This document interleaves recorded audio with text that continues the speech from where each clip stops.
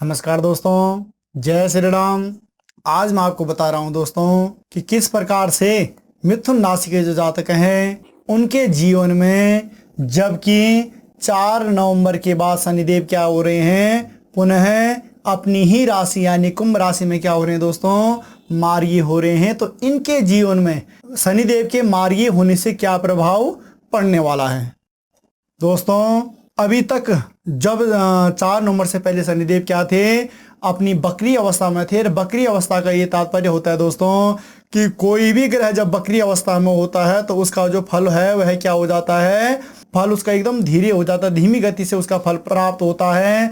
और जब वही ग्रह, कोई भी ग्रह, बकरी ग्रह अगर कोई भी होता है वह मार्गी हो जाए तो उसका पूर्णतः फल में क्या हो जाता है, मिलना शुरू हो जाता है। और मिलने का ये तात्पर्य होता है दोस्तों कि उसकी दृष्टि कैसे, किस प्रकार से हमारे तृतीय, पंचम, सप्तम और नवम भाव में पड़ रही है।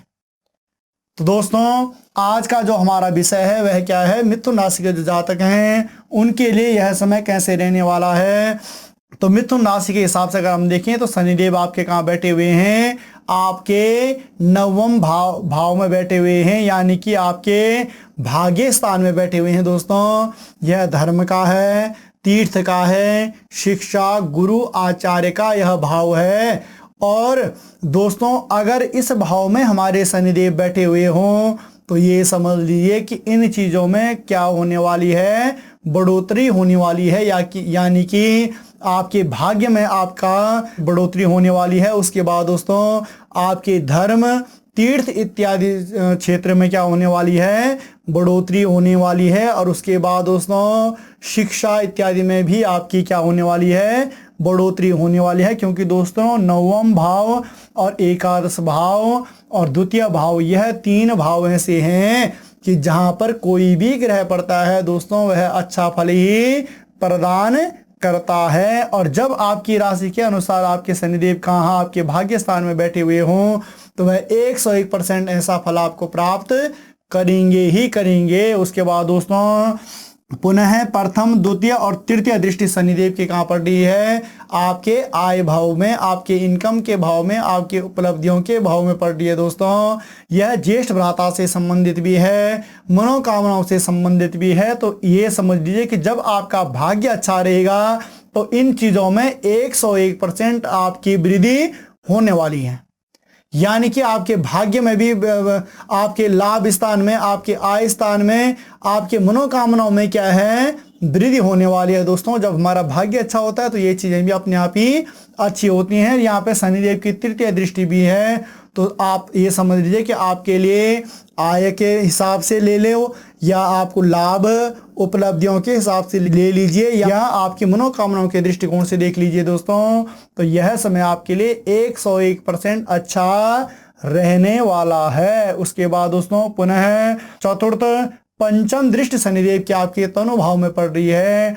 और दोस्तों जब यह दृष्टि यहाँ पर पड़ेगी तो थोड़ा सा इस समय आपको क्या है, स्वास्थ्य को लेकर सजग रहने की आवश्यकता है। और स्वास्थ्य को लेकर अगर आप सजग रह गए तो यह दोनों घर, आपका भाग्य और आपका इनकम का भाव आपके लिए 100% अच्छा फलित होने वाला है। मगर यहाँ पर आपको क्या करना पड़ेगा, थोड़ा सा अपने स्वास्थ्य का ध्यान आपको देना पड़ेगा। क्योंकि दोस्तों यह क्या है, शरीर का होता है, रंग रूप का होता है, आकृति का होता है, विवेक का होता है, विनम्रता का होता है, स्वभाव का होता है, बल और मस्तिष्क का होता है। तो दोस्तों जब पंचम दृष्टि यहाँ पर पड़ रही हो, और एक केंद्र भाव है दोस्तों, यहाँ पर कोई भी जब क्रूर ग्रह ऐसे स्थानों में बैठ जाता है तो वह क्या कर देता है, थोड़ा सा यहाँ पर हमें फल में न्यूनता ले आता है। तो यहाँ पर हमने थोड़ा सा शनिदेव की पंचम दृष्टि के हिसाब से अगर हमने अपना अवलोकन करना है तो दोस्तों उसमें हमें क्या करना है कि विशेष रूप से अपने स्वास्थ्य का ध्यान देना पड़ेगा।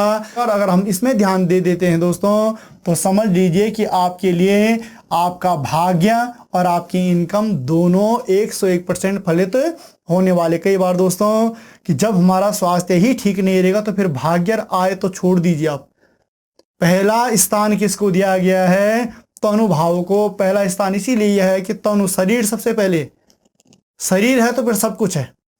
तभी इंसान धर्म भी कर सकता है, तभी तीर्थ भी कर सकता है, तभी उसका मतलब जो इनकम आय इत्यादि उसकी हो रही है, तभी उसकी जो मनोकामनाएं पूर्ण हो रही है, तभी वो उनका वह क्या कर सकता है, भोग कर सकता है। मगर कब?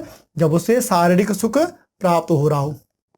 और शारीरिक सुख ही दोस्तों प्राप्त नहीं हो रहा, शरीर में ही आदि व्याधि लगी हुई हैं, तो समझ लीजिए कि फिर यह सारी चीज़ें हमारे लिए क्या हो जाती हैं, व्यर्थ हो जाते हैं। इसीलिए आपको मैं यहाँ पर सजग कर रहा हूँ कि आपको क्या करना है, अपने स्वास्थ्य का ध्यान देना है। उसके बाद दोस्तों षष्ठम और सप्तम दृष्टि शनिदेव की कहाँ पड़ रही है, आपके भ्रातृभाव में पड़ रही है, यानी यह कनिष्ठ भ्राताओं से संबंधित, कनिष्ठ भाइयों से संबंधित, छोटे भाई बहनों से संबंधित यह भाव होता है। पराक्रम से संबंधित भी होता है और दोस्तों स्वयं से संबंधित भी यही भाव होता है। और जब शनिदेव की यहाँ पे प्रथम, द्वितीय, तृतीय, चतुर्थ, पंचम, षष्ठम, सप्तम यानी कि पूर्ण दृष्टि मैंने आपको हर एक बार बताया है कि सप्तम दृष्टि हमेशा पूर्ण दृष्टि होती है। पूर्ण का अर्थ दोस्तों स्वयं में पूर्ण ही होता है। पूर्ण का अर्थ होता है कि जहां पर सारी चीजें 101% फलीभूत होती ही होती हैं। तो ये मान लीजिए कि जब सप्तम दृष्टि शनिदेव की यहाँ पर है तो यह क्या है कि जैसे यहाँ पर तृतीय दृष्टि में ज्येष्ठ भ्राता से संबंधित था, सप्तम में कनिष्ठ भ्राता इत्यादि छोटे भाई बहनों से संबंधित। तो दोस्तों अगर आप अपने परिवार को यहाँ पर साथ लेकर चलते हो, यानी अपने भाई बहनों को अपने साथ में लेकर चलते हो, तो आपके पराक्रम भाव में भी वृद्धि होगी, आपके धैर्य धारण में भी वृद्धि होगी, और उसके बाद दोस्तों इन सब में वृद्धि भी होगी और आपको लाभ की भी प्राप्ति अवश्य होगी। उसके बाद दोस्तों अष्टम और नवम भाव यानी आपके संतान भाव में आपकी क्या पड़ रही है, नवम दृष्टि शनिदेव की पड़ रही है। प्रथम, द्वितीय, तृतीय, चतुर्थ, पंचम, षष्ठम, सप्तम, अष्टम और नवम। दोस्तों ये मैं एक एक करके इसलिए बता रहा हूं कि ताकि आप इसको भली भांति समझ लें कि हाँ किस प्रकार से हमारे लिए यह चीज़ें सारी बताई जा रही हैं। तो थोड़ा सा यहाँ पर आपको ध्यान देने की बातें हैं, और अगर आप थोड़ा सा ध्यान दोगे, हमारी वीडियो को थोड़ा सा ध्यान से देखोगे दोस्तों, तो आपको अपने आप ही ये सारी बातें आपके समझ में आनी शुरू हो जाएंगी। तो दोस्तों जब नवम दृष्टि यहाँ पर है तो यह क्या है, संतान से है, विद्या बुद्धि से संबंधित है, मंगल कार्यों से संबंधित है।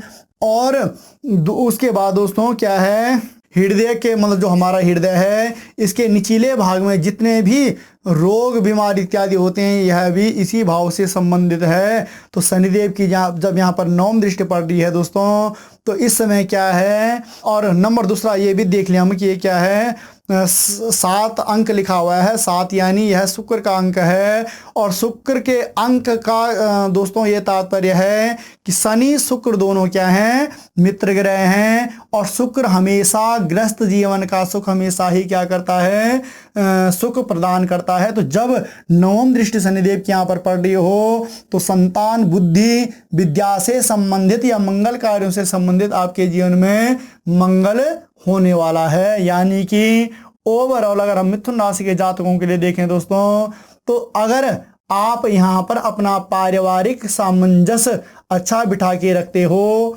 और अपने स्वास्थ्य का अगर आप भली भांति ध्यान देते हो, तो आपके जीवन में शनि मार्गी जो 4 नवंबर से हो रहे हैं यह 101% क्या हो रहे हैं, फलीभूत आपके लिए हो रहे हैं, और आपके जीवन का अवश्य ही इस समय कल्याण होने वाला है। तो दोस्तों आपको हमारा यह वीडियो कैसे लगा, आपने इसे लाइक भी करना है, शेयर भी करना है, और अभी तक अगर आपने हमारे चैनल को सब्सक्राइब नहीं किया तो दोस्तों आपको हमारा यह चैनल सब्सक्राइब भी करना है और कमेंट अवश्य करना है। दोस्तों मिलते हैं पुनः एक नई वीडियो में, तब तक के लिए जय श्री राम।